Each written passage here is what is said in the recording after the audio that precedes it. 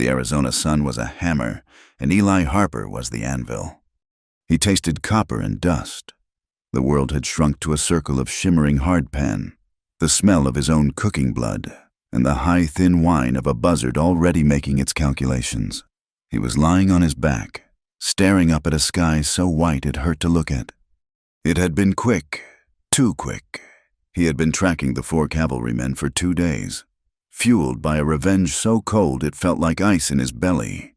He was hunting them for what they did to his family's ranch, for the sight of his brother Jacob swinging from a cottonwood for a horse theft he never committed. Eli had been careful, keeping to the arroyos, riding only at dusk and dawn. But they had been smarter. They had doubled back. The first shot came from the rocks above. It didn't make a sound until after it ripped through his left side, a white-hot poker that threw him clean off his horse. His Winchester was still in its scabbard when he hit the ground. He heard the riders, at least 3 of them, laughing as they rode past. They did not even slow down. They did not grant him the dignity of a finishing shot. They just left him for the sun. He tried to move. He managed to roll onto his stomach, the movement sending a wave of sickness through him. His horse was gone, spooked by the gunfire. His canteen was still on the saddle. He was a dead man. He closed his eyes. He saw Jacob's face, not as he was on the rope, but as he was years ago, laughing as they raced horses across the Verde River. He saw his mother's hands, flour-dusted, kneading dough. He saw the smoke rising from the burned-out shell of their cabin. The revenge had tasted sweet in his mind, but this reality was just grit in his teeth. He lay there for hours. The sun moved across the sky, baking the salt from his sweat into the fabric of his shirt. The pain in his side settled into a deep, throbbing ache. He must have passed out, because when he opened his eyes again, the sun was lower, painting the rocks a deep, bloody red. And there was a shadow standing over him. It was not a buzzard. It was a woman.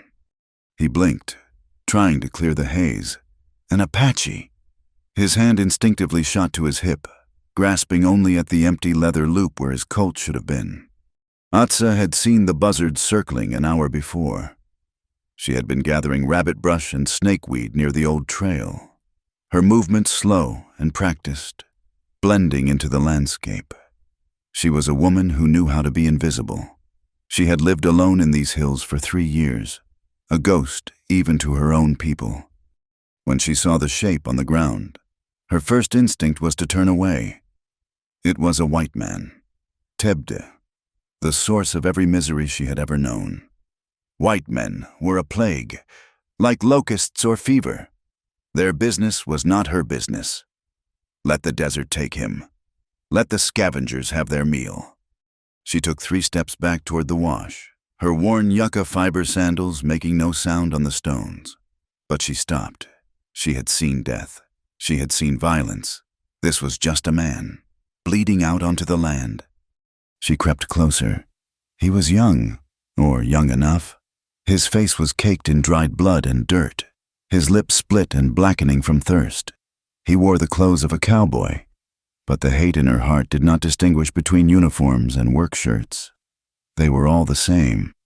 Then his eyes opened. They were not the eyes of a soldier.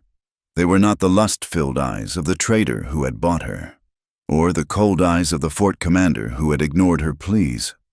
They were just eyes, blue, clouded with pain, and looking right through her at the sky. He did not see her as Apache. He did not see her at all. He just saw an end. Atsa cursed. She cursed in the language of her ancestors, a low, guttural sound. She hated him for being here. She hated him for making her choose. She looked at his wound. It was bad, high on the side, likely in the ribs. He was dying, but not fast enough. She looked at his pleading eyes, pleading not for help, but just for the pain to stop. She could not leave an animal to suffer this way. She would not leave this man. He was heavier than he looked. Getting him onto her old pony was a misery. He groaned, a deep sound from his chest, but he did not wake. She had to use all her strength, leveraging his dead weight against her shoulder, pulling and shoving until he was slumped over the pony's sharp spine. She tied his wrists together with a strip of rawhide under the pony's neck, just enough to keep him from sliding off. She clicked her tongue, and the pony, old but sure-footed, began the climb. Atsa rode hard, not on the trails, but through the canyons and washes she knew as well as the lines on her own hand. She pushed the pony up a narrow, winding game trail that looked like a dead end, into the high red rocks that glowed like embers in the twilight. Her home was not a home. It was a hole, a dugout burrowed into the side of a canyon, its entrance hidden by a curtain of cured antelope hides and a natural fall of sandstone. Inside, it was dark and cool. It smelled of earth, dried herbs, and the faint smoke of a mesquite fire that had burned out hours ago. She dragged him from the pony and onto the hard-packed dirt floor. For a moment, she just stood over him, breathing hard, her hands on her hips. The trouble she had just invited into her sanctuary felt enormous. But the man was breathing, a shallow, ragged sound. Atsa lit a small tallow lamp. The light flickered over her few possessions, baskets of roots, dried meat hanging from a willow branch, a bed of furs in the corner. She pulled a skinning knife from her belt and, with no ceremony, sliced his bloody shirt from his body. The wound was raw, puckered, and dark. He was burning with fever. She went outside to her fire pit, restarting the embers, boiling water in a small, soot-blackened pot. As she worked, her mind drifted, pulled back by the smell of the blood and the sight of the white man's skin. She saw the inside of the trader's wagon. She had been 14, captured by a rival band and sold to a white man named McCain for 2 rifles and a barrel of whiskey. He had thick red-gold hair on his hands, and he smelled of sweat and cheap alcohol. He kept her chained in the back of his wagon for a month. He taught her English words she did not want to know. He touched her in ways that made her want to scrape her own skin off with a rock. When he sold her to the soldiers at Fort Grant, it was not a rescue. It was just a change of masters. She was a laundress, a servant, a thing to be used and discarded. She survived. She learned to be quiet. She learned to hate with a stillness that settled deep in her bones.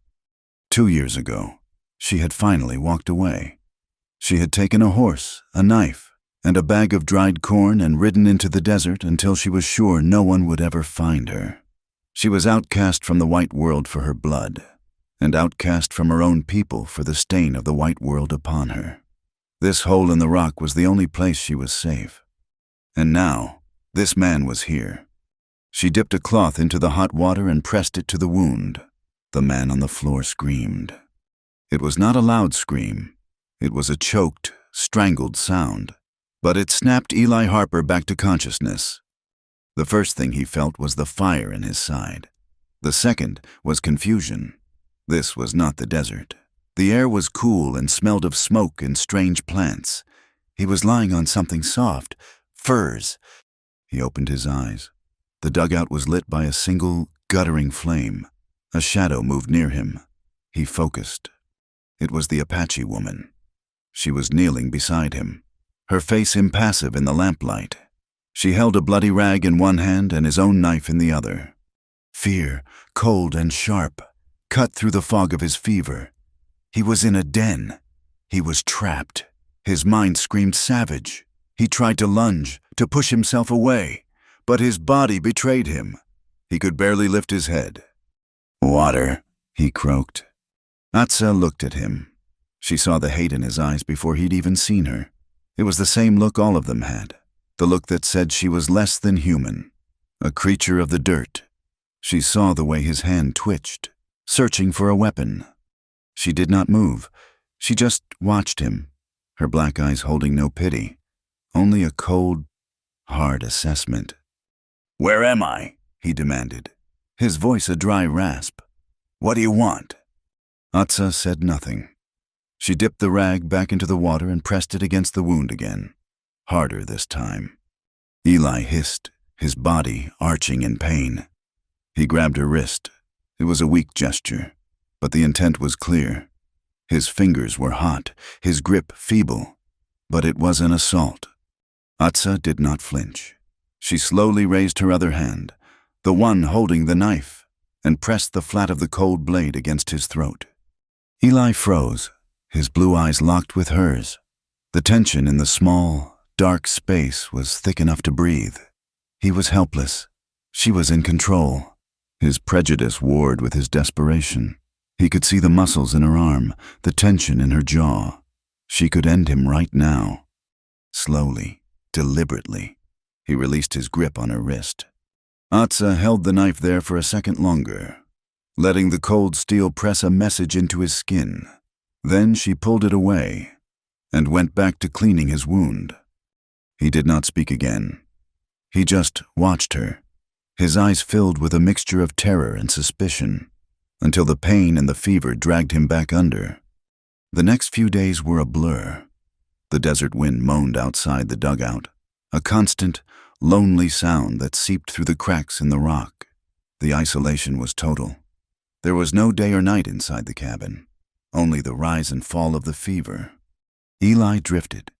He was in the desert, dying. He was at the ranch, watching it burn. He was in this dark cave, being tended by a ghost. Atsa kept him alive. She forced bitter, herbal broth between his lips. She changed the poultice on his wound twice a day. She did it all with a grim, silent efficiency. She did not tend him with kindness. She tended him the way a farmer might tend a broken-legged horse he was not yet sure he wanted to shoot. They existed in a reluctant truce, forced by the elements and his own weakness. He was too weak to be a threat, and she had already made the choice not to kill him. On what might have been the fourth day, the fever spiked. Eli began to mutter, his words slurred and meaningless. He thrashed on the furs, his hands clutching at blankets that were not there. He was burning up. Atsa sat and watched him, her face grim. He was losing. The desert was claiming the debt she had tried to forestall. He was so pale under his sunburnt skin. He looked less like a man and more like a boy. A feeling she did not recognize and did not want stirred in her chest. It was not pity, it was annoyance. It was the frustration of wasted effort. All this blood, all this water, all this risk for him to just die anyway. He fell still, his breathing shallow. He looked like a corpse. Atsa dipped a clean rag into her water skin. The water was precious. Hauled 3 miles from a seep in the canyon, she wiped the sweat and grime from his face. His skin was rough with stubble. She cleaned the dirt from around his eyes and his cracked lips. It was a gentle, intimate gesture, and it made her feel angry. She leaned close, her breath warm against his ear. She whispered, her voice a low hiss, bitter and sharp. "If you die here, I'll bury you deep. The coyotes will not find you." She paused, wiping his forehead one last time. "But if you live," she whispered, "you better be worth the blood I am spilling for you." He did not respond. He just breathed. Atsa stood up and went to the entrance of the dugout, pulling back the hide just an inch. The sun was high. The world was silent, save for the wind. Then she heard it. It was not the wind. It was the sound of shod horses picking their way over rock, faint but getting closer. Her blood went cold. Scouts or bounty men, white men with rifles.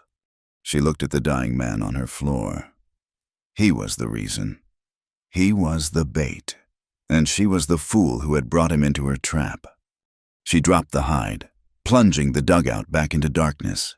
She moved quickly, kicking dirt over the small hearth, scattering her herbs to cover the smell of medicine. She grabbed Eli by the arm. He groaned, but did not wake. She could not move him far, but behind the bed of firs, deeper in the canyon wall, was a narrow crevice, a fissure in the rock barely wide enough for a person. It was where she kept her stores in the deepest winter. She dragged him, scraping his back on the stone, and shoved his limp body into the blackness. He slumped against the cold rock. She piled the furs back in their place, then covered the entrance to the crevice with empty baskets and a large, flat stone. She scattered dirt and stray roots over the floor, making the small dugout look as if it had been abandoned for months. Atsa took her knife, flattened herself against the darkest wall, and waited. The hoofbeats stopped, directly outside her burrow. She heard the creak of leather. She heard a man spit. She heard them speaking in English. She held her breath and prayed to spirits she no longer trusted that the man in the crevice did not wake. The darkness in the crevice was absolute, but the silence was worse. Eli drifted in and out of a shallow, pained consciousness. His body wedged against the cold stone. He heard the voices, low, guttural, and white. They were close. He heard the scrape of a boot on the rock just outside the hidden entrance, the jingle of a spur. He tried to call out, to move, but his limbs were lead. He was trapped. A whimper died in his throat. Then, as suddenly as they had come, the voices receded. The sound of horses faded. He lay there, entombed, for what felt like a lifetime. When the light finally came, it was blinding. Atsa ripped away the baskets and furs, her face a mask of cold fury. She grabbed his arm and hauled him, unceremonious as a sack of grain, back onto the sleeping furs. She did not speak. She just threw a damp rag at his face and turned her back, methodically restoring her dugout to its previous state. He lay there, breathing in the dust, his heart hammering. She had hidden him. She had saved him from his own kind. The thought was sharp and unwelcome. His fever broke 2 days later. He woke to the smell of stewing rabbit. His mind, for the first time in what felt like a week, was clear. The pain in his side had settled to a dull, manageable throb. The world was no longer a red-hazed dream. It was a 6 by 10 foot hole in the ground, and an Apache woman was staring at him. "Where am I?" he asked. His voice was a stranger's, dry and cracked. Atsa did not turn from the small fire she was tending. "Safe," she said. The word was flat. "Who are you?" She glanced at him over her shoulder. "The woman who pulled you from the sun." Eli pushed himself up on one elbow. The movement sent a jolt through his ribs, but he gritted his teeth. He was a man, and he would not be laid low. "I need my gun, my horse." "Your horse is gone," she said, stirring the pot. "Your gun is here. You are too weak to hold it." He tried to assert the old dominance, the easy authority he had always known. "I am obliged for the help, but I'll be leaving. I have business." "You have a hole in your side," Atsa stated, turning to face him. Her eyes were black and unreadable. "You are not leaving. You are not giving orders. You are drinking this." She held out a wooden bowl of broth. It smelled rich, but his pride recoiled. He was not an invalid to be spoon-fed by a savage. He tried to stand, to prove her wrong. He swung his legs over the edge of the fur-lined niche, put his weight on his good foot, and pushed. His vision exploded in white static. His side felt like it had been torn open anew. His legs buckled, and he would have fallen face first into the fire pit if she hadn't caught him. Her arm was like iron under his. She did not help him gently. She shoved him back onto the furs, his breath hissing through his teeth. "You are weak," she said. It was not an insult, just a fact. Be weak or be dead. He glared at her, humiliated, his body trembling with effort. Her calm, cold strength unsettled him. She was not afraid of him. She was not impressed by him. She seemed to regard him as little more than a nuisance, a broken thing she was repairing out of some stubborn obligation. He took the bowl from her hand and drank, the hot liquid scalding his throat. The tension in the dugout shifted. It was no longer the quiet of a sick room. It was the silence of a cage. A week passed, his strength returned, and with it, his restlessness. Atsa did not let him rest. She was not a nursemaid. She was a taskmaster. "You eat, you work," she declared one morning, dropping a pile of gnarled, dry branches near the dugout entrance. "My side," he protested. "It will hurt," she replied, handing him a knife. "Break them! For the fire!" He stared at the wood, then at her. He was Eli Harper. His family had owned 300 head of cattle. He did not take orders from an Apache woman, but the dugout was her domain. The food was hers. The water, carried miles in a heavy skin, was hers. His very life was hers. Cursing under his breath, he picked up a branch and began to break it over his knee. The pain was sharp, radiating from his wound up into his shoulder, but he did not give her the satisfaction of seeing him wince. She forced him to help. He dragged firewood. He sat for hours, his back against the cool rock, sorting herbs and roots she brought back in a woven basket. He sharpened her knives. He repaired the rawhide straps on her sandals. The work was simple, but it was humbling. It kept his hands busy, but his mind seethed. Their conflict simmered. They spoke only when necessary. Their words clipped and practical. "Pass the water. The fire is low. This root is bitter." But beneath the surface, a different language was being spoken. He watched her every move, the way she walked, silent as smoke, the efficiency of her hands as she skinned a rabbit, the way her black hair, coarse and thick, was tied back with a simple leather thong. She was not like the squaws he had seen around the forts, broken and begging. She was proud, solitary, and harder than the rock she lived in. It angered him, and it fascinated him. One afternoon, when the sun was high and hot, he grew tired of the dugout's earthy confinement. He told her he was going to walk. She just grunted, not looking up from the snare she was mending. He followed the game trail down the canyon, his legs still unsteady. He needed to feel the sun on his face, to remind himself of the world outside this burrow. He lost sight of her, but followed the sound of a small trickle of water. He pushed through a stand of willow and stopped, hidden by the green curtain. Down in a shallow, sandy wash, a small pool of water, barely a foot deep, had collected against a slab of granite. Atsa was there. She was bathing. Her back was to him. Her clothes were in a neat pile on a rock. She was kneeling in the water, scooping it with her hands and letting it run over her shoulders. He saw her dark, wet skin, the strong line of her spine, and he saw the scars. His breath caught. It was not one or two. Her back, from her shoulders to her waist, was a map of old violence, a latticework of white, puckered lines, some thick as a rope, others thin as thread. They were the marks of a whip, old and long-heeled, but stark against her brown skin. Eli felt a sudden, cold sickness in his gut. He had seen men whipped. He had seen the backs of stubborn mules laid open. But this was something different. This was a history written in pain. He thought of the traders she had mentioned in her fever dream whispers, the soldiers at the fort.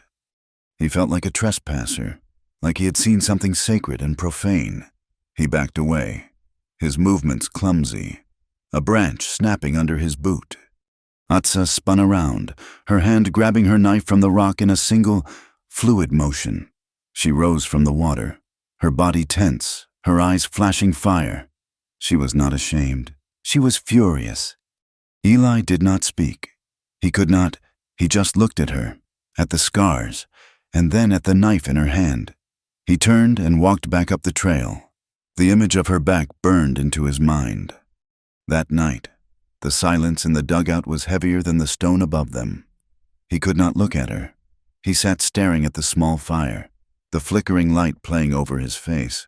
The hate he had carried for the cavalrymen was a clean, simple thing.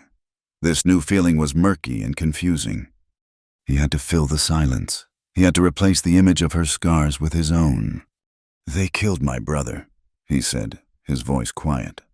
Atsa was in the corner, grinding corn on a flat stone. The rhythmic sound stopped. "A cavalry captain," Eli continued, talking to the flames. "Man named Croft. He wanted our land. The ranch was on a river. He said my pa's deed, signed by the territorial governor, was worthless paper." He picked up a small stick and poked at the embers. "We fought him, told him to go to hell. So he found another way. He told her about the fire, how they had ridden up at dawn, a patrol of 10 men, with torches, how they had burned the cabin, the barn, everything. His mother had barely gotten out alive. My brother, Jacob, he was older, hot-headed. He went after them. Croft had him arrested, said he'd stolen 3 army mules. A lie, plain and simple. Eli's voice grew thick. They held a trial. It lasted 5 minutes. They didn't even let him speak. They hanged him from a cottonwood outside of Prescott. For horse theft, a lie. He snapped the stick in 2 and threw the pieces into the fire.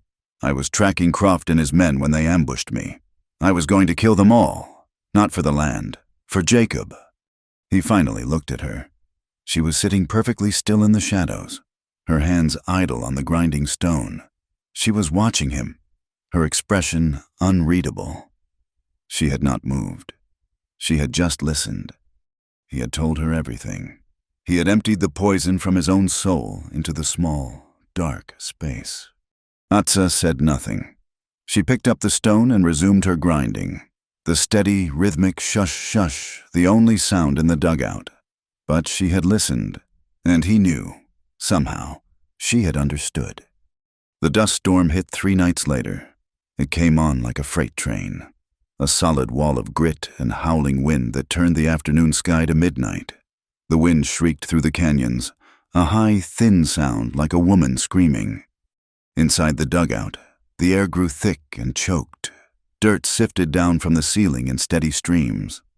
Eli and Atsa sat on opposite sides of the antechamber, the fire long since extinguished to conserve air.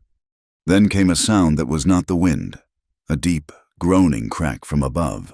The main timber that supported the roof of the dugout, an old, thick piece of juniper, sagged visibly. Dirt and rocks poured down. "The corner!" Atsa yelled over the roar. She grabbed his arm and dragged him to the farthest, deepest part of the dugout, where the roof was solid rock. They huddled together, their backs pressed against the cold stone wall, as the world outside tried to tear itself apart. It was pitch black. They were buried. The roar of the storm was muffled, but the vibration of it shook the very ground. They sat shoulder to shoulder, so close he could feel the warmth of her leg pressed against his, the rhythm of her breathing. She was trembling. He was surprised to find it was not from fear. It was the cold. The dugout's warmth had vanished, and the deep earth was leaching their heat. In the dark, with the wind moaning like a ghost, they were not a cowboy and an Apache. They were not a white man and a squaw.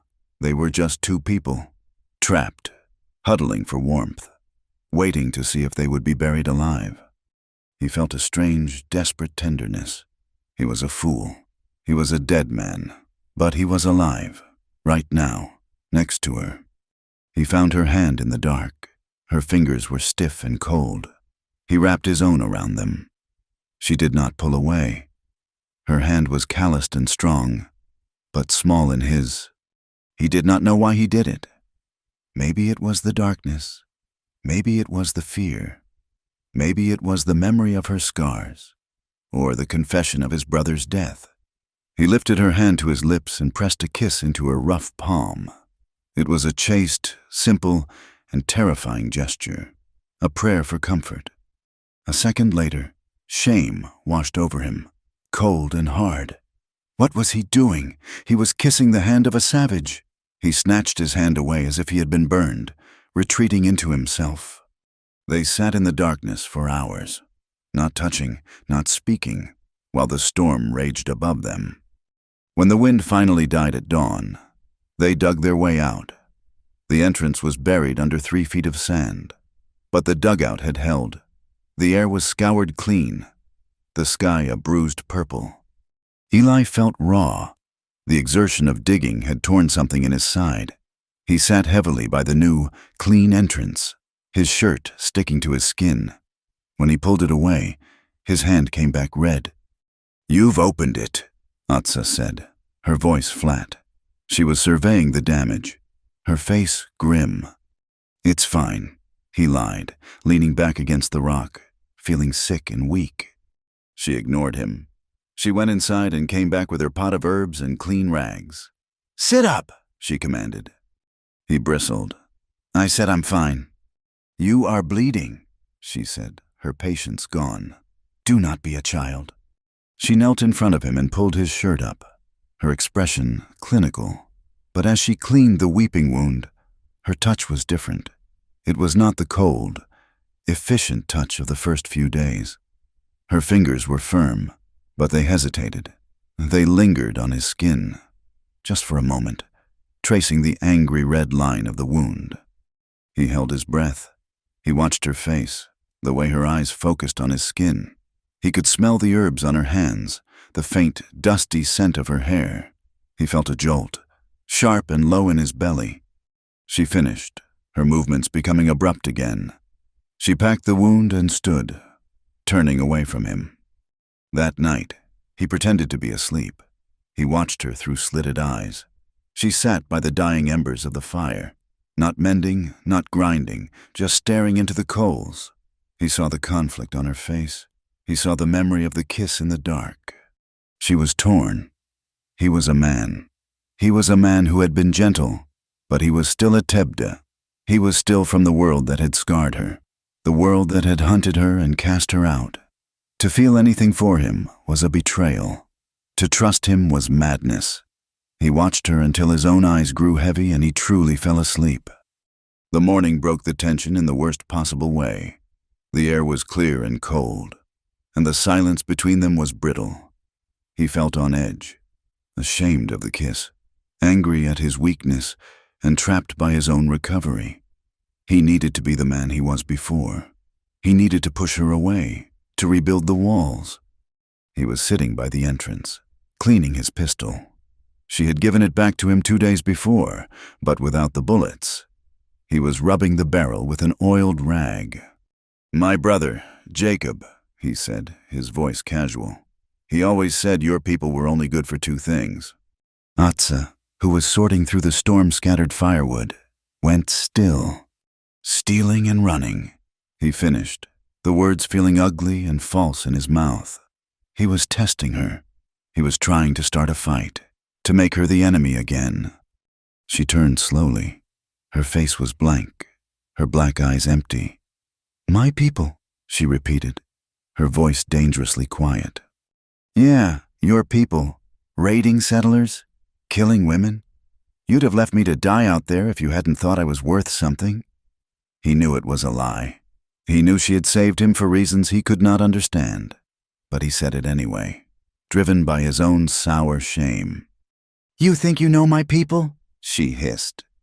"I know what I see," he retorted, standing up, trying to use his height to intimidate her. "I see what you are." Atsa moved so fast he did not even see it coming. Her hand flashed out, and the open-palmed slap cracked across his face with the sound of a gunshot. His head snapped to the side. The sting was sharp, but it was the humiliation that lit the fuse. Pure, white-hot rage flooded his senses. His wound, his weakness, her scars, it all vanished. He was a white man, and he had been struck by an Indian. He grabbed her wrist, his fingers biting into her skin. He spun her around and slammed her back against the dugout wall. He towered over her, his face inches from hers. "You touch me again," he snarled, his voice a low growl. They were frozen, locked in a standoff. He was breathing hard, the smell of dust and her skin filling his lungs. He saw the red handprint on her cheek. He saw the absolute terrifying lack of fear in her eyes. She was not cowed. She was defiant. She hated him, and she was not afraid to die. He saw the hate in her eyes, and he saw the pain he had shared by the fire. He saw the woman who had kissed his hand in the dark, and the woman who had just struck him. He should have hit her. He should have thrown her to the ground. He should have done anything but what he did. He crushed his mouth to hers.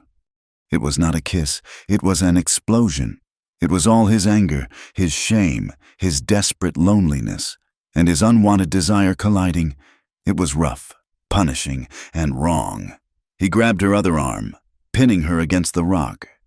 And for a terrible, burning second, she kissed him back, Her body, trapped against his, went rigid, and then she met his fury with her own.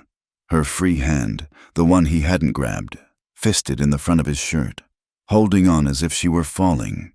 It was a kiss of anger, of desperation, a shared acknowledgement of the forbidden thing that had been growing between them in the dark. The second ended.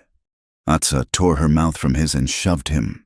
Using all her strength, he stumbled back, caught off guard, his hand flying to his wounded side as a fresh wave of pain shot through him. She stood panting, her chest heaving. She was wiping her mouth with the back of her hand, her eyes wide with a mixture of shock and self-loathing. She looked at him as if he were a rattlesnake, as if she were a rattlesnake. Shaken to her very soul, she turned. She grabbed nothing. No water, no knife, no blanket. She ripped aside the hide covering the entrance and scrambled out into the bright, indifferent sunlight. "Atsa!" Eli yelled, his voice hoarse. She did not look back. She scrambled up the rocky trail, her movements frantic, almost clumsy. She ran until she disappeared over the canyon rim. Eli was left alone in the dugout. The silence was absolute. He sank to the ground, his body shaking, his side on fire. The taste of her was still on his lips. He watched the patch of sunlight move across the dirt floor. Afternoon came, casting the dugout in cool shadows. Twilight fell, and the air grew cold. He was alone. He had not seen her run from the riders. He had seen her run from him. He did not know if she would ever return. He sat in the darkness for hours. The patch of sunlight from the dugout's entrance crept across the dirt floor, touched the far wall, and vanished. The dugout grew cold, the chill seeping from the packed earth. He had not moved. He sat with his back against the wall, his arms resting on his knees, his hands hanging limp. He had done the one thing he swore he would never do. He had used his strength against a woman. Not just any woman, but this one. The one who had saved him, hidden him, and tolerated his venom. He had slammed her against the rock. He had seen the brief, sharp flash of fear in her eyes before the hate replaced it. And then the kiss. It had been like putting a brand to his own lips.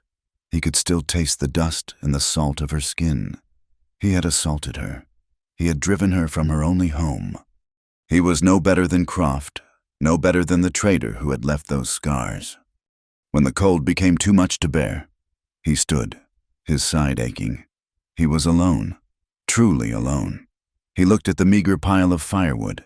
He looked at her sleeping furs, neatly folded in the corner. He had no food, no water, and no idea where in this God-forsaken territory he even was. She had taken nothing. She had just fled.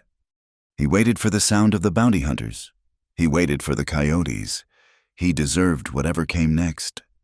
Twilight had turned the entrance to a deep purple square when the hide curtain was pushed aside. Atsa stood there. She was framed against the last light. A silhouette. She did not look at him. She looked tired. Her shoulders slumped. Her run had taken everything out of her.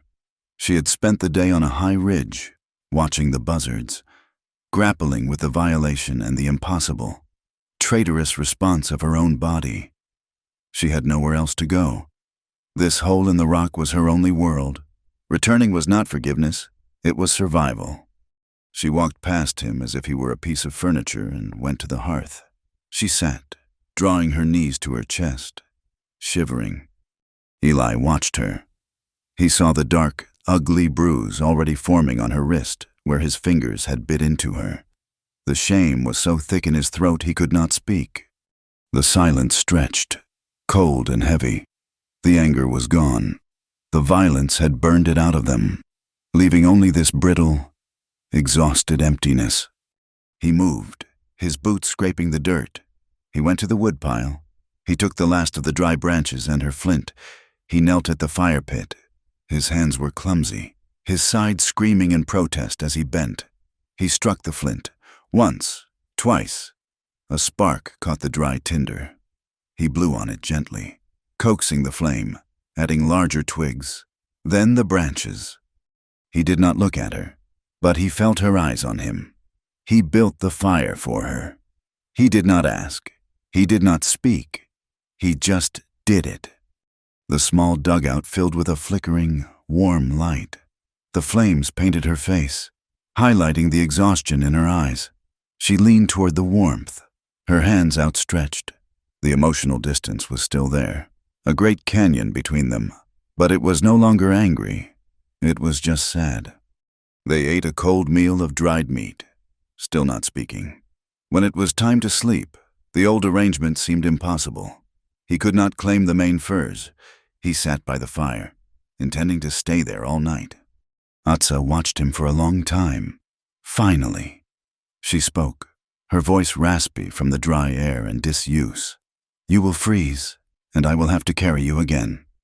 He looked at her, surprised. She gestured to the furs. "The fire will die. We need the warmth." It was a truce, not forgiveness, a practical truce. He hesitated, then moved to the sleeping niche. He lay on one side. She lay on the other, her back to him, as far as she could get while still being on the furs. The blanket was barely large enough for them both. The cold air pressed in. After an hour, he felt her shivering. He did not move for a long time. He just lay there in the dark, listening to her breathing and the faint whisper of the wind outside. "Atsa," he whispered. She did not answer, but her breathing hitched. He knew she was awake. "I'm sorry," he said. The words came out hard, like pulling a deep root. "For this morning, for grabbing you, for pushing you against the stone. That was wrong. I was raised better than that." He paused, searching for the right thing to say. "I am sorry for every word I did not mean, and even more for the ones I did." He felt, more than saw, her turn in the dark. He rolled onto his back. She was on her side, facing him. Just a shadow. He could feel her warmth now, inches away. "You are like them," she whispered, her voice without anger, just a deep, hollow sadness. "All of you. You hurt." "I am not," he said, his voice fierce. "I am not him. I am not them. I don't know what I am, but I am not that." She said nothing, but she did not move away. The cold of the dugout forced them closer, their bodies pressed together, side to side, hip to hip, a line of shared heat. It was not comfort. It was just survival. They lay like that, rigid, listening to each other's heartbeat, until the first gray light of dawn. Something had changed. The wall was broken. The next night, the cold was sharper. When they lay down, there was no pretense of distance. She turned on her side, and he moved against her, fitting his body to the curve of her back. His arm draped over her waist. He was the stove, and she was the one seeking heat. They slept. A week passed, a quiet, strange week. They worked together, their movements synchronized. He was strong enough now to hunt. He took his pistol, she had given him the bullets without a word, and brought back 2 rabbits. She showed him how to set her snares, her hands guiding his over the sinew and bent willow. They spoke of practical things, water, food, the weather, but the air around them was charged. One night, they sat by the fire. He was carving a piece of cottonwood, and she was mending her moccasin. He watched the firelight play on her face, on the strong line of her jaw. He put down the wood. He reached out, his hand moving slow, giving her time to pull away. He touched her cheek. Atsa flinched, her eyes closing, as if expecting a blow. "No," he whispered. "Just this." His thumb stroked the smooth skin of her cheekbone. She did not pull away. She leaned into his touch, a small, involuntary movement. It was the first act of trust, the first voluntary closeness. He leaned in. He did not grab her. He did not force her. He kissed her. It was slow. It was hesitant. It was a question. He felt her lips, chapped and dry, soften under his.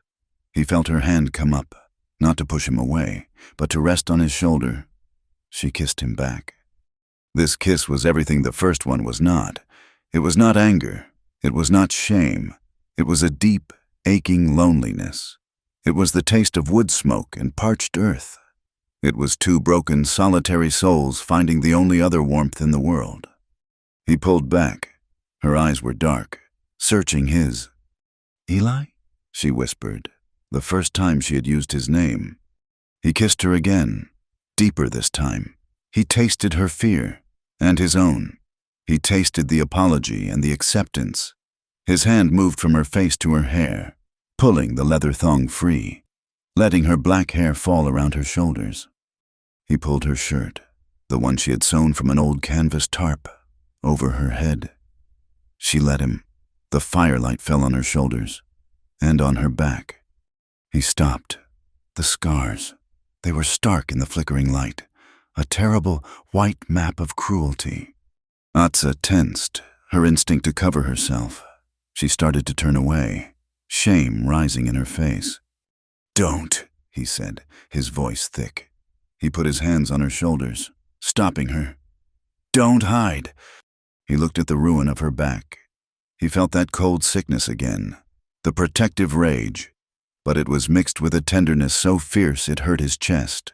He traced the largest scar, the one that ran from her shoulder blade to her waist, with his finger. She trembled. She was waiting for his disgust. He leaned forward. He pressed his lips to the scar. Atsa cried out, a small, sharp sound. It was not a sound of pain. It was a sound of release. He kissed the scar again, and then another, his mouth moving over her ruined skin, trying to erase every memory, every lash, every hand that had ever held her in violence. He turned her to face him. He laid her down on the furs. He touched her gently, his hands reverent, as if she were made of spun glass, not desert rock. He was trying to relearn what it meant to touch, to undo the violence of his own hands. They made love. It was slow, hesitant, and so deeply emotional it felt like a confession. It was a discovery. For him, it was a release from the anger that had been choking him for a long time. For her, it was a reclamation. When he finally sank into her, she clung to him, her fingers digging into his back, her eyes squeezed shut. It was a healing.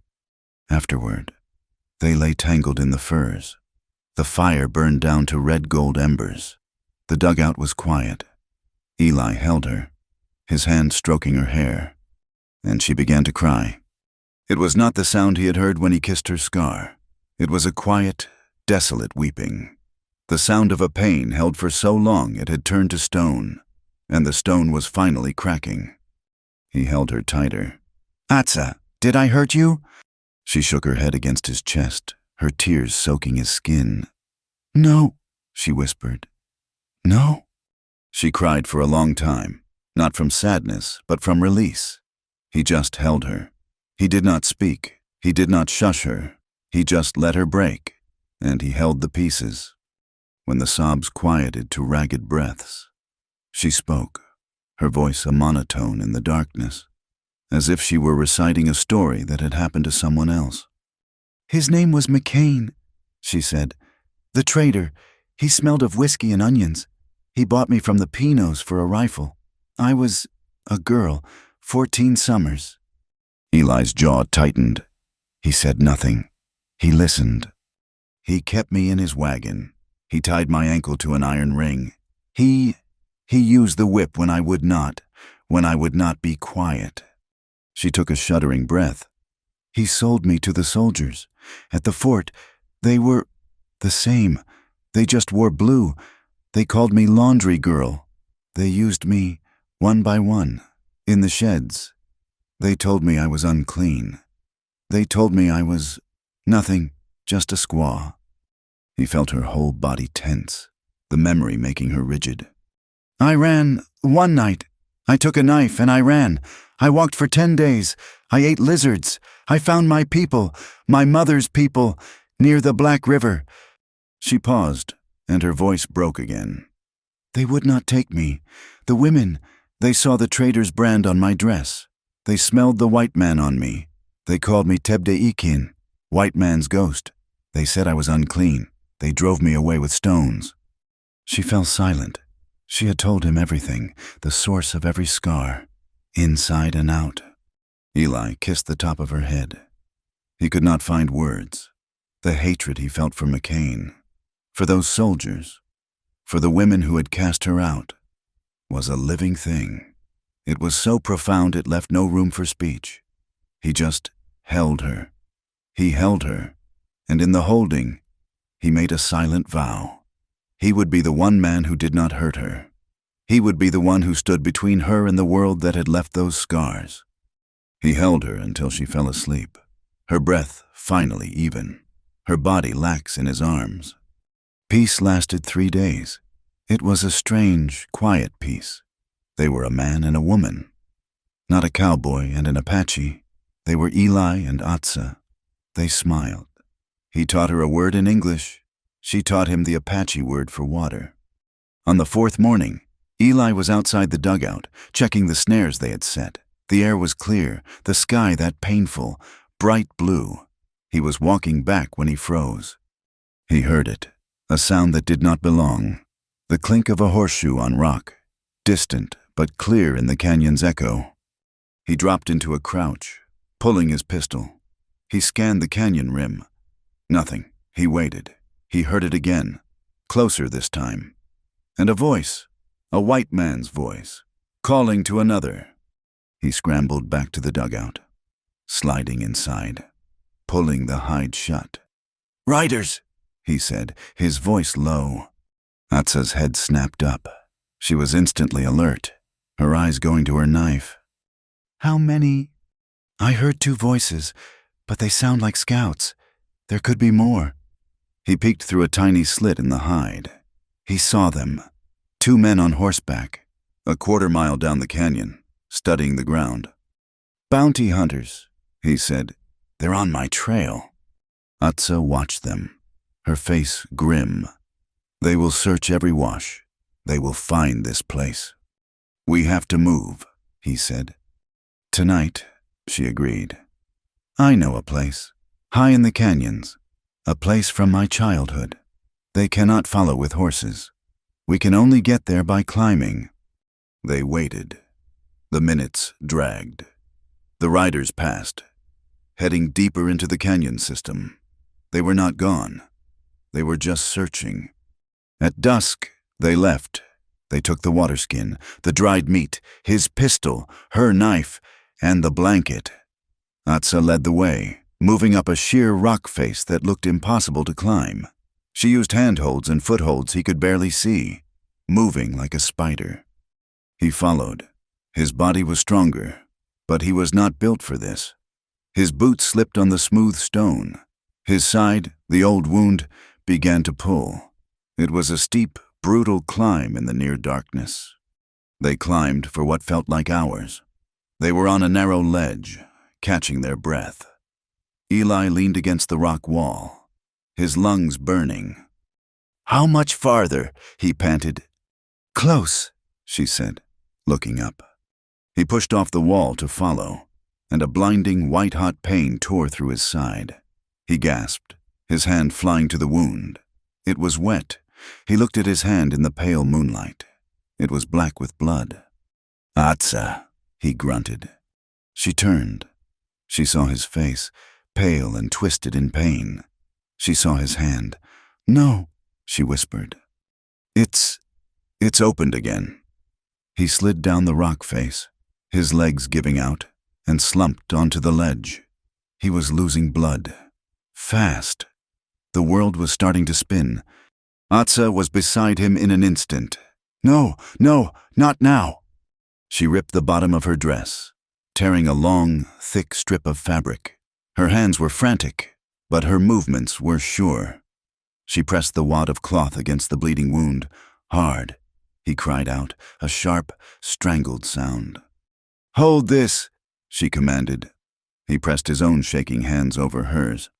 She tore another strip and began to wrap it around his torso, binding the wound, binding the pad against him. Her hands were slick with his blood. "We have to go," she said, her voice tight with panic. I can't, he whispered. He was dizzy. The ledge was tilting. I can't. Atsa, you go. Leave me. Draw them away. He collapsed onto his side, his breath coming in shallow gasps. He was done. Atsa looked at him. This man, this stubborn, broken, white man. The man she had just found. The man she had just let into her soul. She looked at his pale face, the blood soaking the new bandage. A rage filled her. A rage against the riders, against the wound, against his weakness, a rage against the spirits for letting this happen. She grabbed the front of his shirt, hauling his head and shoulders off the rock. She was nose to nose with him, her black eyes burning. She screamed. It was not a scream of fear. It was a scream of pure, primal fury. The sound echoed off the canyon walls, a raw, terrible cry.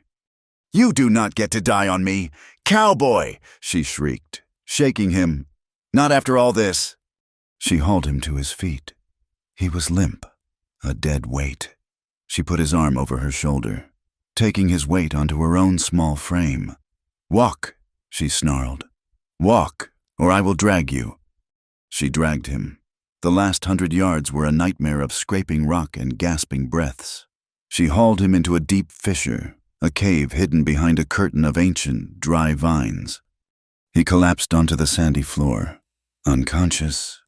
She lit no fire. She sat in the darkness, listening to his breathing. It was shallow. He was cold. She covered him with the blanket, but he was shivering violently. The fever was back.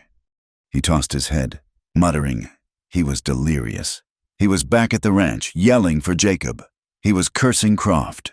He was in the desert, begging for water. Atsa held his head, wiping his face with a corner of the blanket. She had no water to spare. Then his muttering changed. He grew quiet. His hand, hot as a coal, fumbled for hers. Atsa, he whispered, his eyes rolling back. Atsa, don't leave! Don't leave! He repeated her name, over and over, a plea, a prayer. She held his hand. She was trapped. She was in a cold cave, high on a canyon wall, with a dying man who was being hunted. Atsa sank back on her heels. She looked at the mouth of the cave, at the sliver of cold moon. She had not prayed in years, not since the women with the stones. Her spirits had abandoned her. But she closed her eyes. She bowed her head, and in a low, cracked voice, she began to chant. She prayed in the Apache tongue, the words stiff and unfamiliar on her tongue. She prayed to Usin, the life-giver. She prayed to the mountain spirits, the Gan who lived in these rocks. She begged them, demanded of them. She had not asked for this man, but he was here. He was hers. They could not take him. Not now. She kissed his forehead, her lips tasting the salt of his fever. Live, she commanded him, her voice a low hiss in the dark.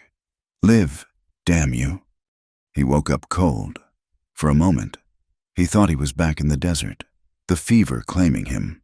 But the cold was from the altitude, a high, thin wind whistling past the mouth of the cave. He was lying on the hard stone floor, the single blanket drawn up to his chin. He was weak, but he was clear. The delirium was gone. Atsa sat near the entrance, a silhouette against the pale, bruised sky of dawn. She was scraping the pulp from a split-barrel cactus, her hands raw but steady. She had saved him. Again. Not with tenderness, but with a terrifying, stubborn fury. She had hauled him up a cliff face while he was bleeding to death. The journey had shaken them both. The dugout had been a burrow, a safe, dark place. This cave was a perch, high and exposed, with a view of the entire canyon system. It was a fortress, but it was also a prison. You're awake, she said, not looking at him. Seems so, he croaked. He sat up, his side a universe of dull, throbbing pain. But the bandage she had tied was holding. They lived. The next 2 weeks were a quiet, desperate blur. They lived on what she could find. She would slip out at night, a shadow among shadows, returning with roots he did not recognize and handfuls of bitter berries. She cut the heart from a soto plant, and they roasted it in a small, smokeless fire built deep in the cave.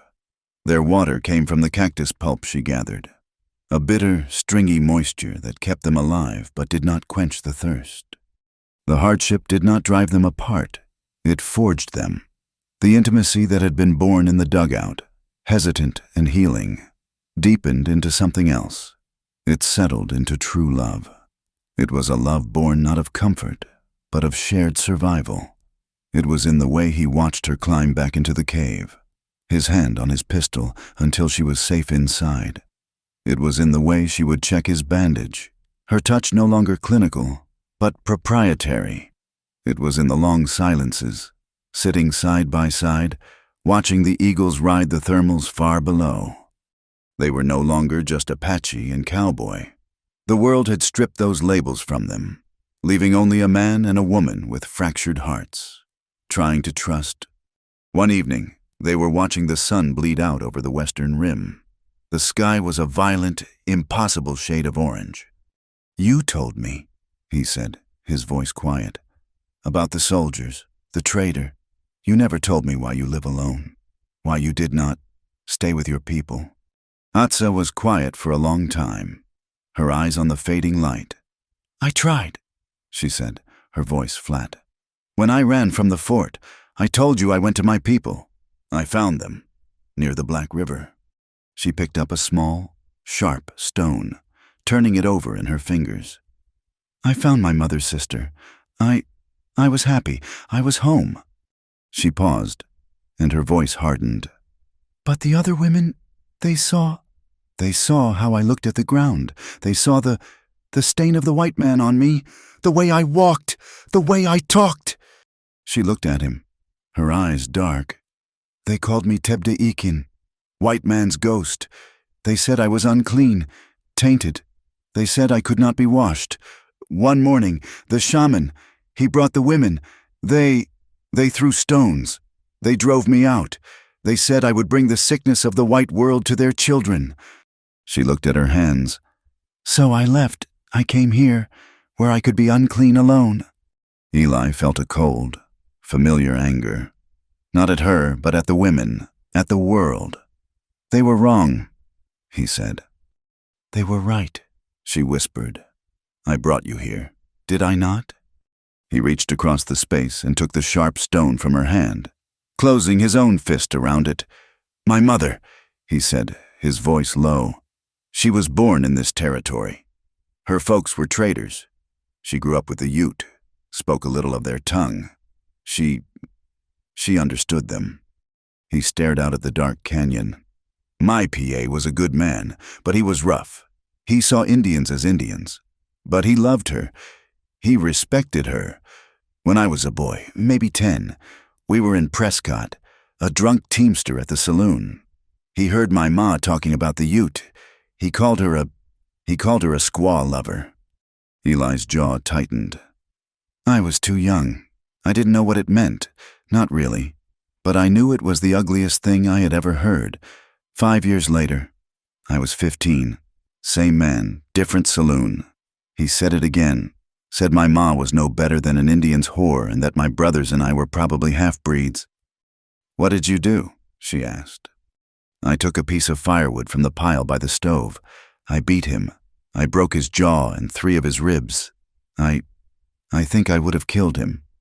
My PA had to drag me off him. He hauled me outside, and he shook me. He said, 'Some fights, Eli. You can't ever win. You just have to choose your side and stand on it.'" He turned to look at her, the last light catching the hard lines of his face. "I've been on the wrong side. Atsa, I looked at you in that dugout, and all I saw was an Apache. All I saw was what I was raised to see. I was as blind as those women who threw stones." He opened his hand. The stone had left a deep red crescent in his palm. "You are not unclean," he said. "You are the only clean thing I have ever known." She looked at him, her eyes shining in the dusk, and for the first time, She truly let him see all the way in. The confession broke the last barrier. They began to speak of what could come next. The hope was a small, fragile thing, but they held it between them. "When this is done," he said one night, his arms around her as they shared the blanket. "When Croft is gone, I won't go back. Not to that life." "Where would we go?" she asked, her voice muffled against his chest.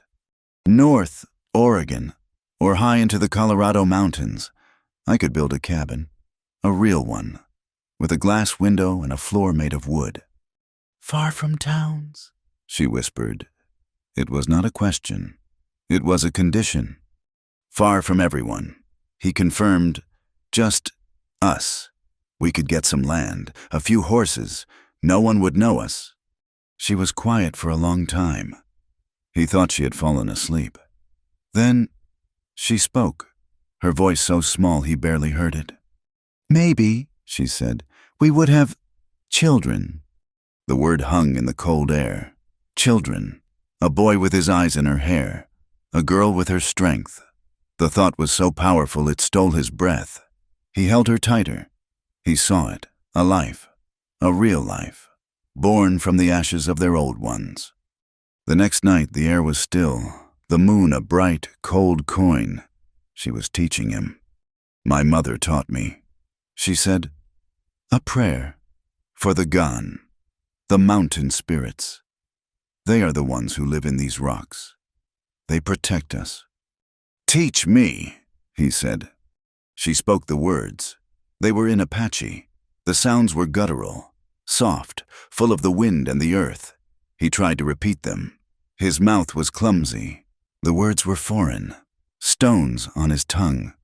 He stumbled, felt his face flush with embarrassment. He was a fool. Atsa did not laugh. She just watched him, her expression impossibly soft in the moonlight. She leaned in and kissed him. "It is all right," she whispered against his lips. "They heard. Your heart spoke it."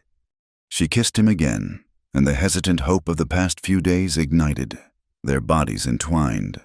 This was not the slow, healing touch of the dugout. This was rougher. It was urgent. It was filled with a desperate, sharp longing for the future they had just dared to imagine. It was a promise, a claim, a defiance. They were two outcasts, high on a mountain, staking their claim on life itself, their bodies moving together in a fierce, silent prayer. The hope lasted until morning. The air was clean and cold. The passion of the night had settled into a quiet, bone-deep certainty. He was hers. She was his. Eli rose before her. He took his pistol and moved to the ledge, checking the canyon below. He needed to find a better trail down, a way to hunt bigger game. He scanned the familiar rocks, the game trail far below, and he saw it. His blood went cold. Down on the trail, perhaps 400 yards from the base of their cliff, stood a tall, dead saguaro. Nailed to its rotting trunk was a jackrabbit. It was splayed open, its entrails hanging. It was not caught in a snare. It was held there by a knife, a skinning knife with a bone handle, a white man's knife. A message. They had been found. Not the cave, not yet, but their tracks, their presence. The hunters were close. They were toying with them. He went back into the cave. Atsa was awake, brushing her hair with her fingers. She saw his face and stood up, her hand instantly going to her own knife. "What is it?"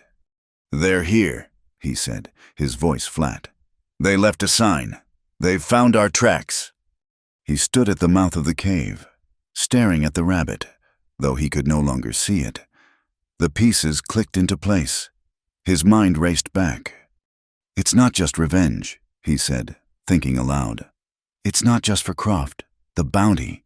It's too high. They're spending too much time. Croft could have just shot me in the desert and buried me." He remembered. The Marshal Breen. He came to the ranch 2 days before the fire. He was asking questions about Croft, about a missing Army payroll. Croft told Breen that my PA and Jacob were involved. He was lining us up to take the fall. He gripped the rock wall, his knuckles white. Breen disappeared. The day after, Croft put out the word, said Breen had been jumped by Apache raiders. The same raiders, he claimed, who burned our ranch and strung up my brother. He turned to face her, his eyes blazing with a cold, terrible understanding. It wasn't Apaches. It was Croft. Croft and his men. They murdered a federal marshal. They buried him, took the payroll, and blamed your people for it. And I'm the only man left alive who knows the truth. Who was there? So, Atsa said, her voice grim. They are not bounty hunters. They are assassins. They cannot let you be taken alive. They have to silence me, he finished. The rabbit was not a threat.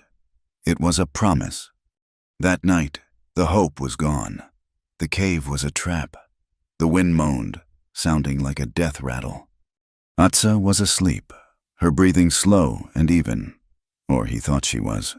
He watched her for a long time, her face peaceful in the moonlight. He saw the cabin. He saw the children. He saw everything he would never have. He leaned down and kissed her forehead, a feather-light touch. He stood. He picked up his pistol. He checked the loads. He took his hat. He had no food to take. He would not need it. He was going to leave. He would draw them away. He would lead them on a chase, down the canyon, away from her. He would die, but he would die buying her time. She could slip away, go north. She could live. He moved toward the entrance, silent as the shadows. You are quiet, cowboy, a voice said from the darkness. But you are not that quiet. He froze. She was standing up, a dark shape against the starry sky. Where are you going? They want me, Atsa, not you. His voice was a low rasp. I can lead them away. Give you a day, maybe two. Go back to the dugout. Go north. Just get away from here. You will be dead by sunrise, she stated. It was a fact. You think I have saved you 3 times just to watch you walk into a bullet? You think I am a child to be hidden? This is my fight, he said, his voice tight. My past, my revenge. You made it my fight when you kissed my scars, she shot back, stepping toward him. You made it my fight when you spoke the prayer. I am not unclean, I am not weak, and I will not be left behind. She grabbed his arm, her fingers digging in. Do not go alone. Eli, we fight them, together. He looked at her fierce, impossible, stubborn face. He was flooded with a love so strong it was agonizing. He was angry, not at her, but at the world, at the men coming for them. He was terrified of what they would do to her. He yelled, his voice raw, exploding in the small space. You don't understand. These are not just soldiers. They are murderers. You know what they will do to you? What they will do if they catch you. It is not a fight. It is a slaughter. He gripped her shoulders. You deserve better. You deserve that cabin. And the children. You deserve to live. You deserve better than dying for a man like me. He was panting, the words hanging between them. Atsa did not flinch. She did not raise her voice. She looked straight into his eyes, her gaze cold and sharp as obsidian. Then you better live, she said, her voice a low, deadly hiss. You hear me, cowboy? You better live. They did not wait for the hunters. They left the high cave at dusk, climbing down the sheer rock face in a painful, silent descent. Atsa moved with her old certainty, but Eli was slow. His wound had closed, but his body was stiff and weakened by the fever. They retrieved her old pony from the hidden draw where she had left it grazing. It was a long, hard ride, double-canted. Eli's arms wrapped around her waist, his head resting against her back. He was a weight, a liability, but she bore it. They rode for 2 days, moving south, away from the high canyons. They were heading toward a settlement called Agua Fria, a small, dusty collection of adobes and false-fronted buildings that festered on the edge of the territory. It was a risk, a terrible one, but they were out of food, and their water skin was empty. They needed a new horse. They needed a new start. They entered the town just after noon, the sun a white-hot eye. Eli had his hat pulled low. Atsa had her hair covered by an old, stained bonnet he had found in a burned-out way station. The disguise was thin. He was a wounded man. She was his woman. The lie felt brittle in the open air. The town stank of cheap whiskey, unwashed bodies, and the tannery. People stopped to look, not at him, but at her. They found an inn at the far end of the single street. It was a run-down, two-story affair with a sagging porch, calling itself the Desert Rose Hotel. The innkeeper was a large, sweating man in a stained apron. He looked at Eli, then at Atsa, his gaze lingering on her dark skin and the high line of her cheekbones. He smirked, showing yellowed teeth. "Room for the night," Eli said, his voice a low gravel. He threw a silver dollar on the counter. It was one of the last 3 he had. "And feed for the pony." $1 gets you the room." The man grunted, sliding the coin into his pocket. "Feeds extra, and she eats with the animals." He jerked his thumb toward Atsa. Eli's hand went to the butt of his Colt. The air in the small lobby went still. The rage that he had been simmering in for weeks came to a sudden, cold boil. He felt the man's eyes on Atsa, undressing her, dismissing her. He saw the leering curiosity. Before he could speak, Atsa's hand was on his arm. Her grip was like iron. "No," she whispered, her voice calm and low. "He can't," Eli started. "It does not matter." She looked at the innkeeper, her face a mask of indifference. "We will take the room. I am not hungry." Eli's jaw was rigid, a line of white, tense muscle. He looked at the innkeeper, then at her. He nodded. "Once." The innkeeper shrugged and handed him a key. The room was small, hot, and smelled of stale sweat. There was a rusted iron bedstead and a cracked porcelain pitcher. Eli slammed the door and turned on her. "Why did you stop me? That man deserved—" "What?" She cut him off. "To be shot? To have you hanged for murder in the middle of a town that already hates us? You are one man. Eli, look out that window. There are 50 of them." "He dishonored you. They stare, the women." It was true, as they had walked from the street. 2 women in clean calico dresses, standing outside the mercantile, had stopped talking. They had watched Atsa with open, venomous judgment. They had pulled their children closer. "I have been stared at before," Atsa said, walking to the window, pushing aside the grimy curtain. "I have been beaten. I have been sold. I have been stoned. A look is just a look. We are still alive. Let them look." He stood behind her, his anger slowly ebbing, replaced by the familiar, cold shame. She was stronger than he was. She had an armor he could not understand. He put his hands on her shoulders. "I will not let them touch you," he whispered. "Then we will leave at dawn," she said. "We will buy a horse, and we will go. This place, it feels wrong." He felt it too. The air was thick with watching eyes. Down in the saloon, a man was drinking. He was a trader, a man who hauled rifles, whiskey, and blankets between the forts and the reservations. He had seen Eli Harper once, in Prescott, playing cards. He had also seen the bounty poster, issued by Captain Croft, for the arrest of a murderer and horse thief. $100. Alive. He saw the innkeeper wiping the bar. "That hand you just rented a room to," the trader said, casual-like. "He got a squaw with him."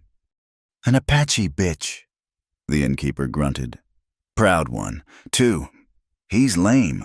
Looks like he's been shot." The trader laid a coin on the bar.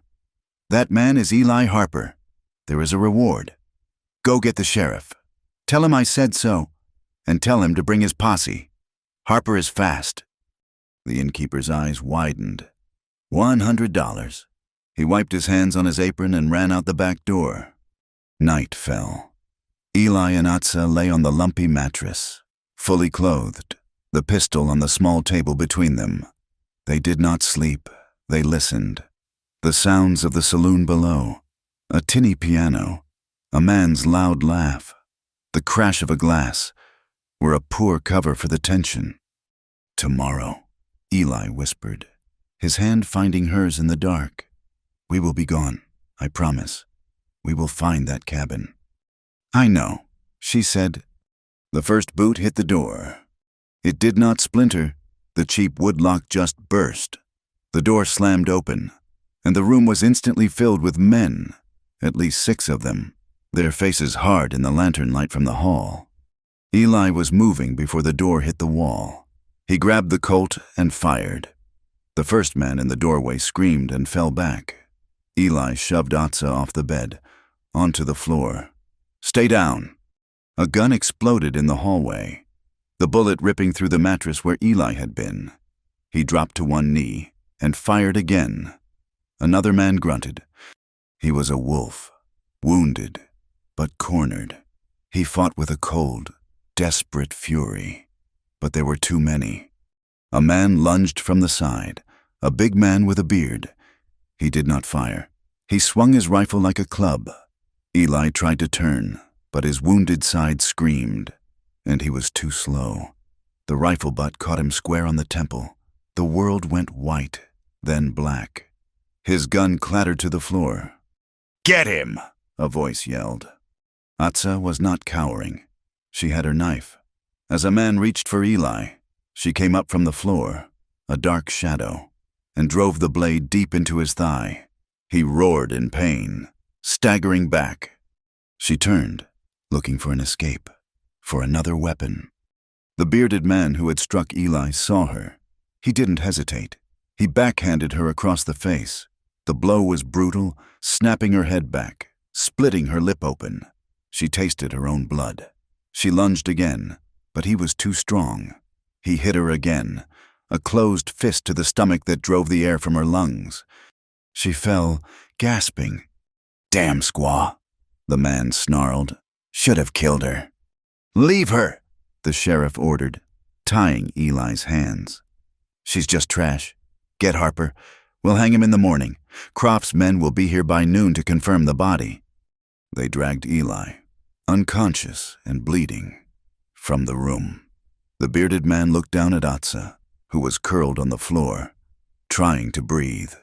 He drew back his boot and kicked her, hard, in the ribs. She heard a snap. He kicked her again. Then he spit on her and walked out, leaving the door open to the cold night air. Atza lay on the floor. The world was a vortex of pain. Her ribs, her face, her head. It was the dugout. It was the trader's wagon. It was the fort. It was the stones. It was happening all over again. They were taking him. They were killing him. She must have passed out. She woke to a cold so deep it burned. It was not the inn. She was outside, in the alley. They had thrown her body out with the trash. She was lying in a pile of filth, her face pressed against the frozen mud. She was alone. The world was gray. It was not yet dawn. She pushed herself up, a scream of agony dying in her throat as her broken ribs shifted. She was bleeding. Her vision was blurry. He was gone. A cold, clear sanity cut through the pain. It was not grief. It was not fear. It was a fury so pure and so cold it was like ice in her veins. The world had made a mistake. It had taken the one thing she had claimed. It had left her alive. She stood, her body a symphony of torment. She did not care. She pushed her hair, matted with blood and dirt, out of her face. She still had her knife, tucked in the sheath in her boot. She looked at the street. She saw the tracks, heavy boots, drag marks, shod horses. They had not gone far. She began to walk. She did not run. She did not limp. She just walked, one foot in front of the other, following the trail. She left the lights of Agua Fria behind, heading into the prairie. She was a ghost, fueled by a singular, burning purpose. She crossed miles of open land. She did not feel the stones under her feet. She did not feel the wind cutting through her torn dress. She just followed the tracks. She saw the town an hour later. It was barely a town. Purgatory Creek, a handful of buildings, a livery, a saloon, and a small stone building with a single iron-barred window. The jail.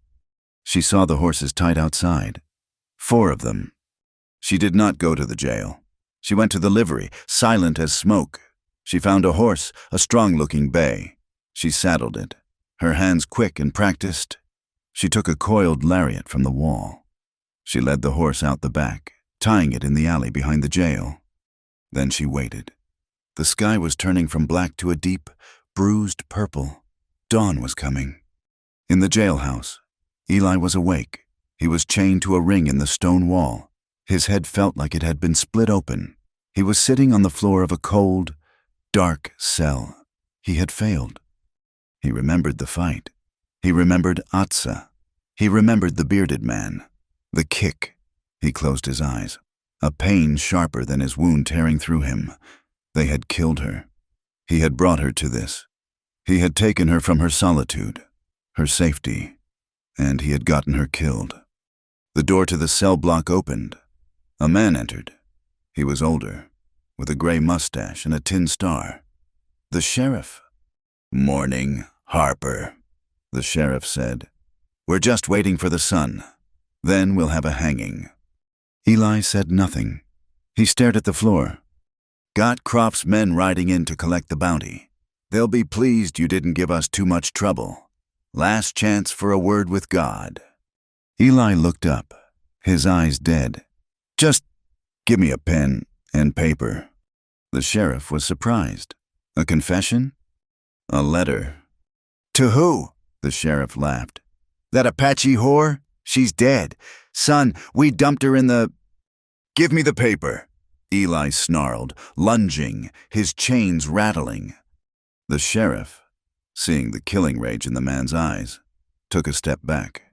He shrugged. "Why not?" He went to his office. He returned with a deputy, a young, nervous-looking kid.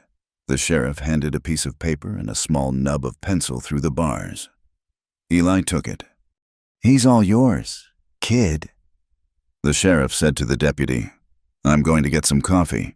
Yell if he gives you trouble, but he's resigned to it." The sheriff left. The deputy sat at the desk, nervously watching Eli. Eli turned his back to the bars. He wrote. His hands were shaking, his head pounding. He did not write a confession. He did not write about Croft or the marshal. He wrote her name, Atsa, over and over. "Atsa, I am sorry. Live. Find the mountains. Atsa." He was folding the paper when he heard the scuff of a boot outside the front door. The deputy stood, pulling his gun. "Who's there?" The door opened. Atsa stood there. The deputy stared. She was a horror. Her face was swollen into a purple mask. One eye nearly closed. Her lip was split to the nostril. Her dress was ripped and caked in dark, dried blood. "My God," the deputy whispered, raising his pistol. "What the hell are you?" Atsa took one step into the room. She was holding a rock in one hand. "I am looking for my husband." Her voice was a cracked rasp. The deputy was mesmerized by the sheer, bloody apparition. You get out of here. I'll shoot." She threw the rock. It was not at him. It was at the lantern hanging by the desk. The rock shattered the glass. Oil and flame spilled, and the desk burst into fire. The deputy yelled, jumping back, batting at the flames that had splashed onto his shirt. Atsa moved. She was not a woman. She was a cougar. She crossed the room in 2 bounds. The deputy turned, raising his gun, but she was inside his guard. She grabbed his gun hand with her left, twisting it. With her right, she brought her knife up. A single, deep, powerful thrust under his jaw and into his throat. He made a wet, gurgling sound. His eyes were wide with shock. He dropped his pistol. Atsa held him up for a second, then let him slide silently to the floor. She grabbed the keys from the hook on the wall, her hands slick with the deputy's blood.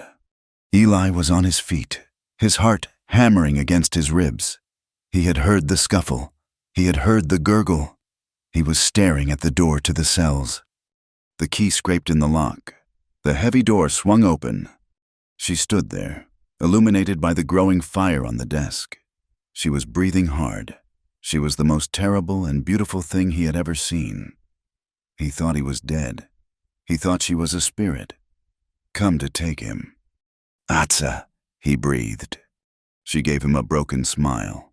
Her swollen, split lips cracked, and fresh blood ran down her chin. She held up the keys. "Get on my horse, Handsome the Cowboy," she rasped. "I did not come this far to bury you." She unlocked his chains. He staggered, his legs weak. He grabbed her. I thought you were dead." "Not yet," she said, grabbing his arm. "They are coming." She hauled him out of the office. The fire was spreading. Shouts were coming from the saloon across the street.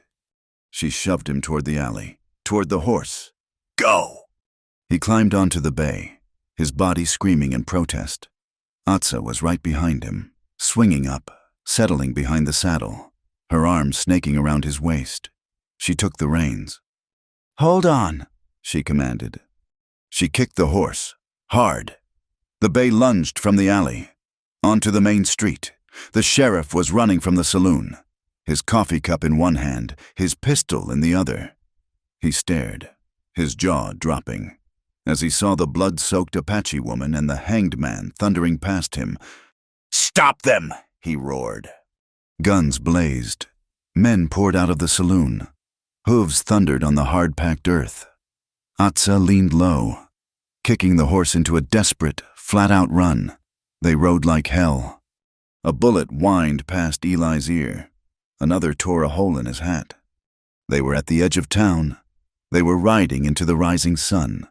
The light was blinding, a wall of pure, golden fire that hid them from their pursuers. They were almost clear. Eli felt a sharp, heavy punch in his back, low, near his kidney. It did not sting like the first wound.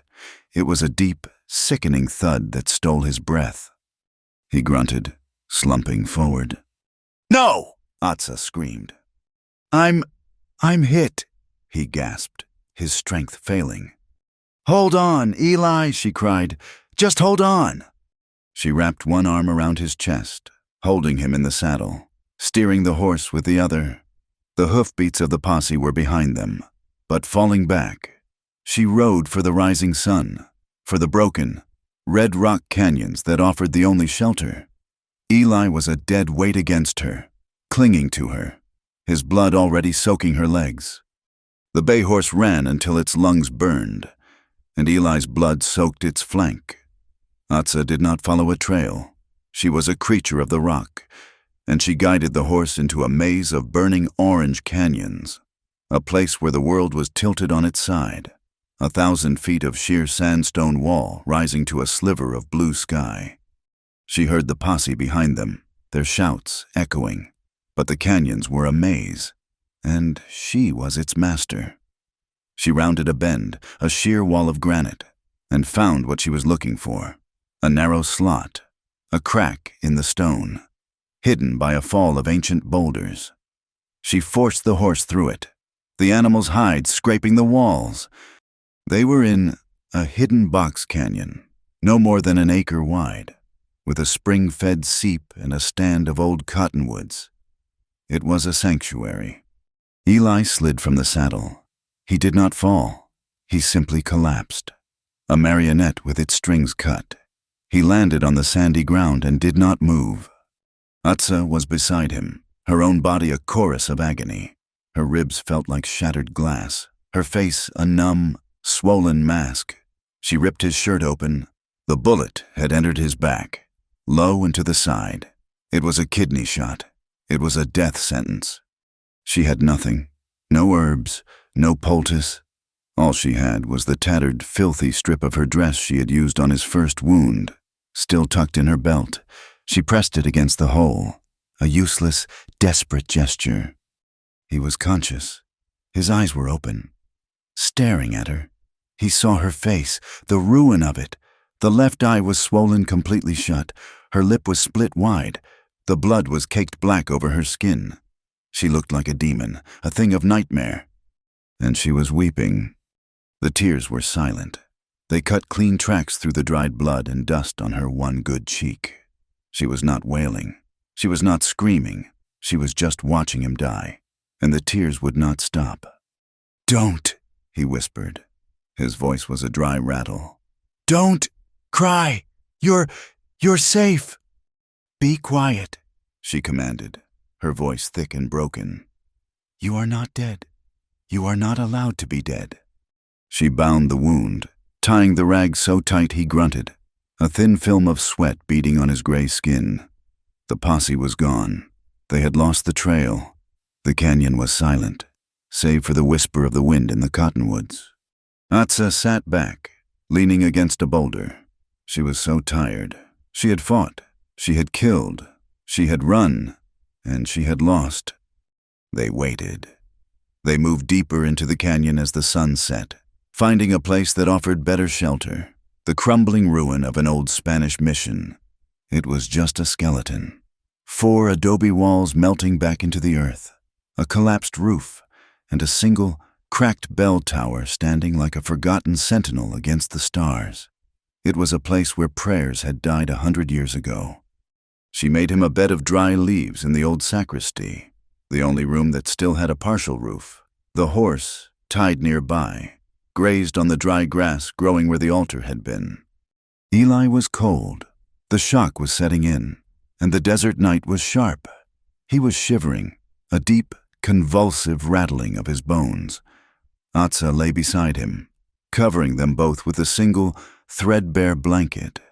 She pressed her broken body against his, trying to force her own meager warmth into his failing flesh. He was in and out.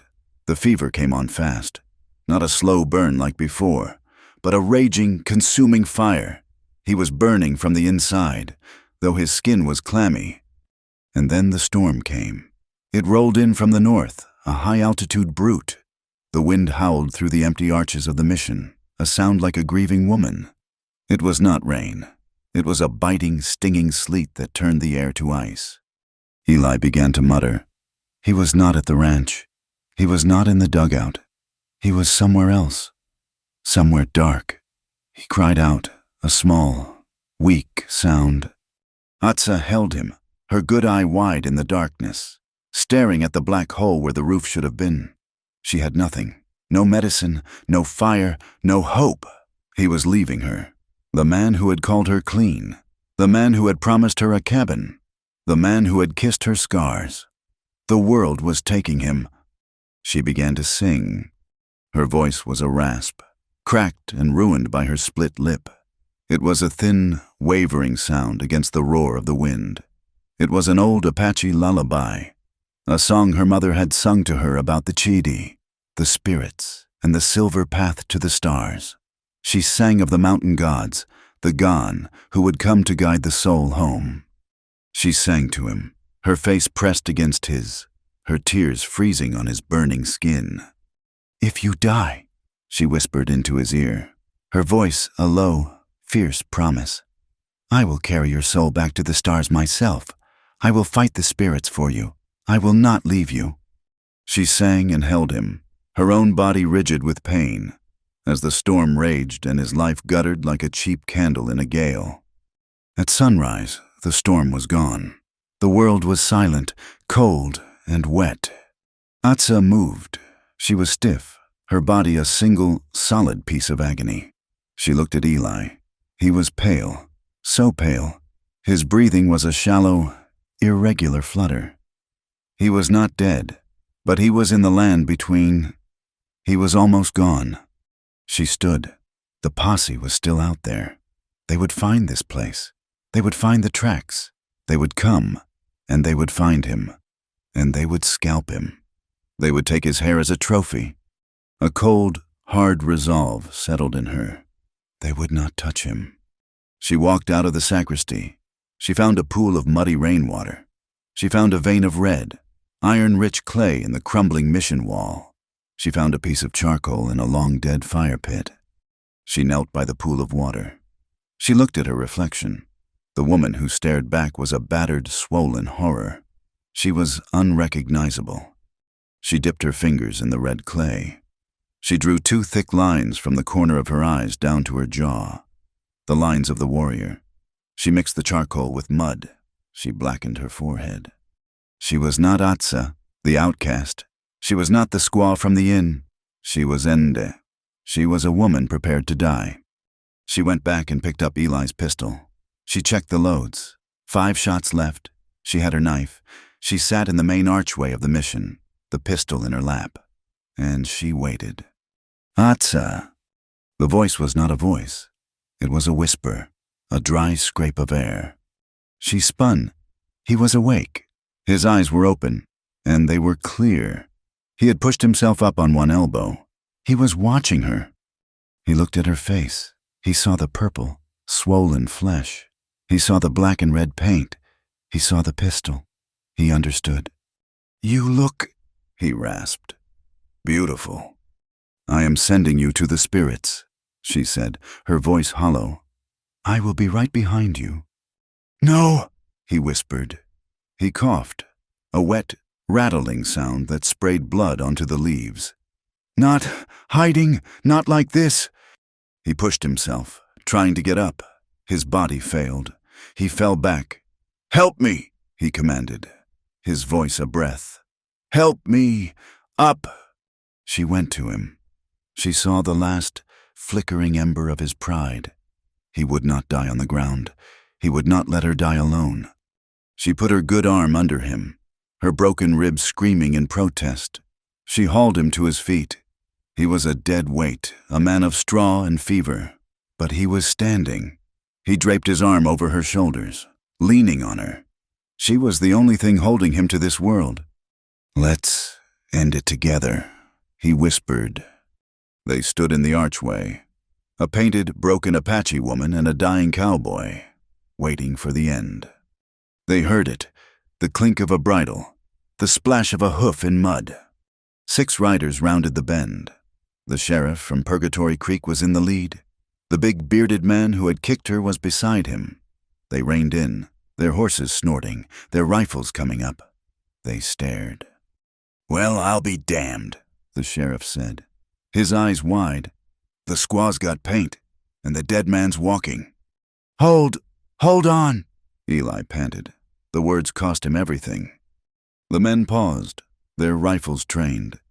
You're not here for me?" Eli gasped, fighting for breath. "You're here for Captain Croft." The sheriff's face went blank. "I know about Marshal Breen." Eli pushed, his voice gaining a strange, fevered strength. "I know. Croft murdered him. For the Army payroll. You all know it." The posse men looked at each other, their expressions suddenly uneasy. "He's raving," the bearded man snarled. "Shut him up, Sheriff." Croft and his men. They ambushed Breen. Eli's words tumbled out, faster now. "They buried him, out by the Cienega. And they blamed the Apache just like they blamed them for my ranch. For my brother." He was swaying, his weight crushing Atsa, but his eyes were locked on the posse. "You're not lawmen. You're assassins, sent to silence me." A heavy silence fell, broken only by the wind. "That's a damn lie, Harper," the sheriff said, but his hand was shaking. "Is it?" a voice cut in. A young man on a gray horse, who had been hanging back, rode forward. He was pale, his eyes fixed on Eli. "My brother," the young man said, his voice quiet and shaking. "His name was Tom. He rode with Marshal Breen. He was on that patrol." He looked at the sheriff, his eyes filling with a cold, terrible understanding. "They found him, with Breen's horses. Croft said the Apaches got him. Said they fought to the last. My PA never believed it." The young man looked from the sheriff to Eli, who was bleeding through his bandage, held up only by the fierce loyalty of the Apache woman. He saw the truth. You knew. The young man whispered to the sheriff.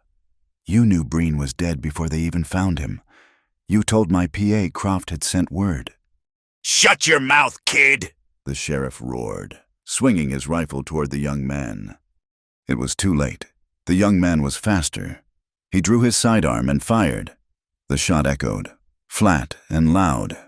In the canyon, the sheriff looked down at the red, spreading stain on his chest, a look of pure surprise on his face, and fell from his saddle.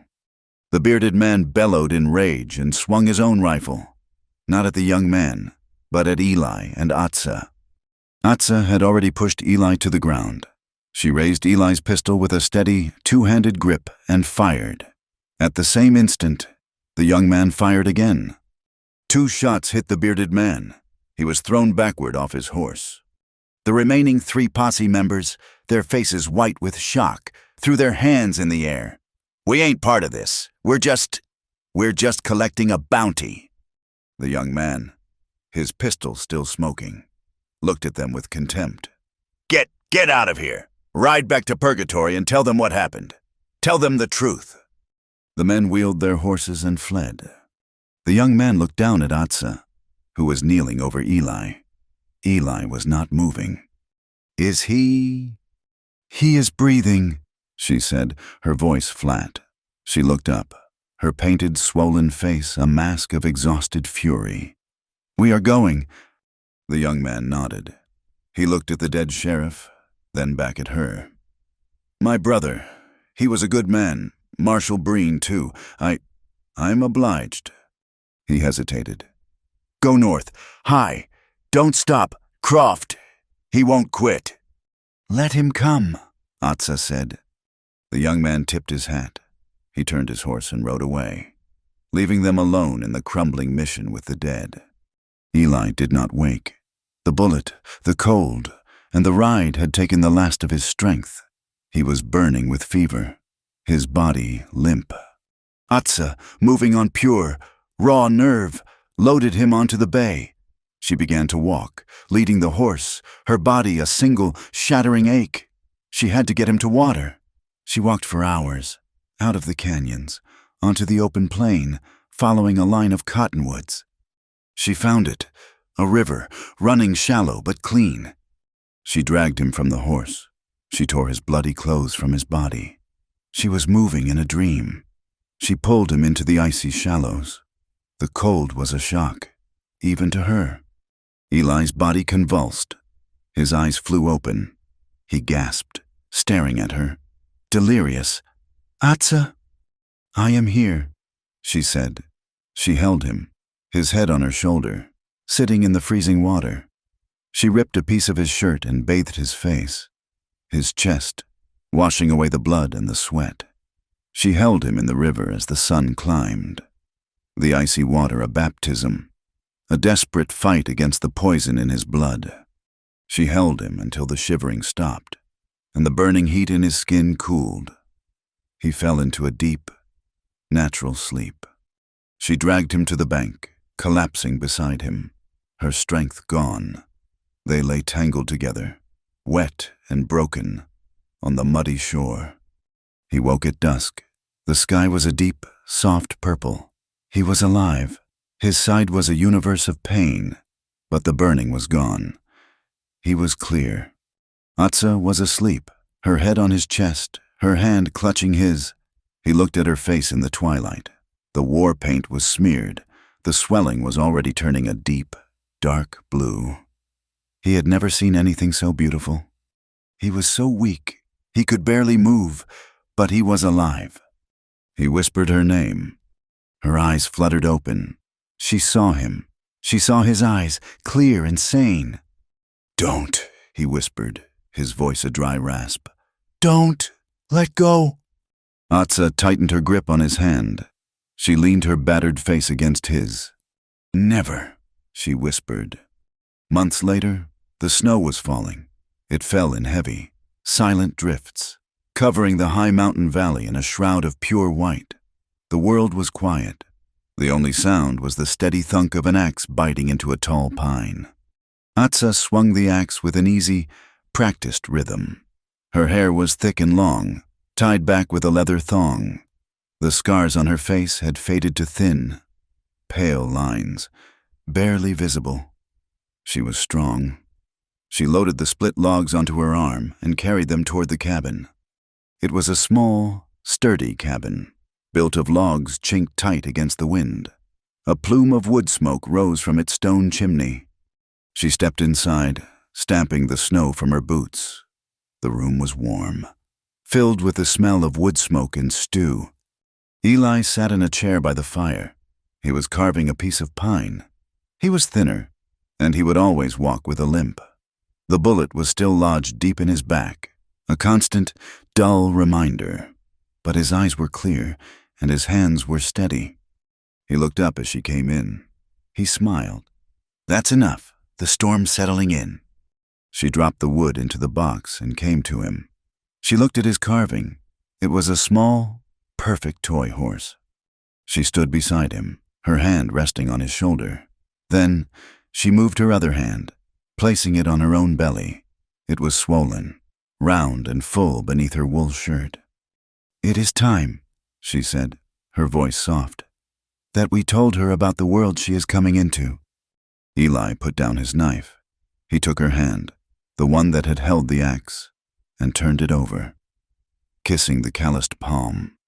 He pulled her down onto his lap, his arms wrapping around her waist, his other hand coming to rest on her stomach. He felt the strong, sure kick of the new life within. He held her. She leaned her head against his. They sat by the fire, wrapped in each other's arms, and watched the snow fall outside the single glass window. A broken man who had been left for dead, a cast-out woman who had been called unclean. They had been hunted, beaten, and torn apart by a world that did not want them. But they were here. They had rewritten their fate. Together. Thank you for listening to this story. We would love to know where you are listening from, so please leave a comment and let us know. For more stories like this, be sure to subscribe to our channel. From Wild West, we truly value your thoughts, so please share them with us in English.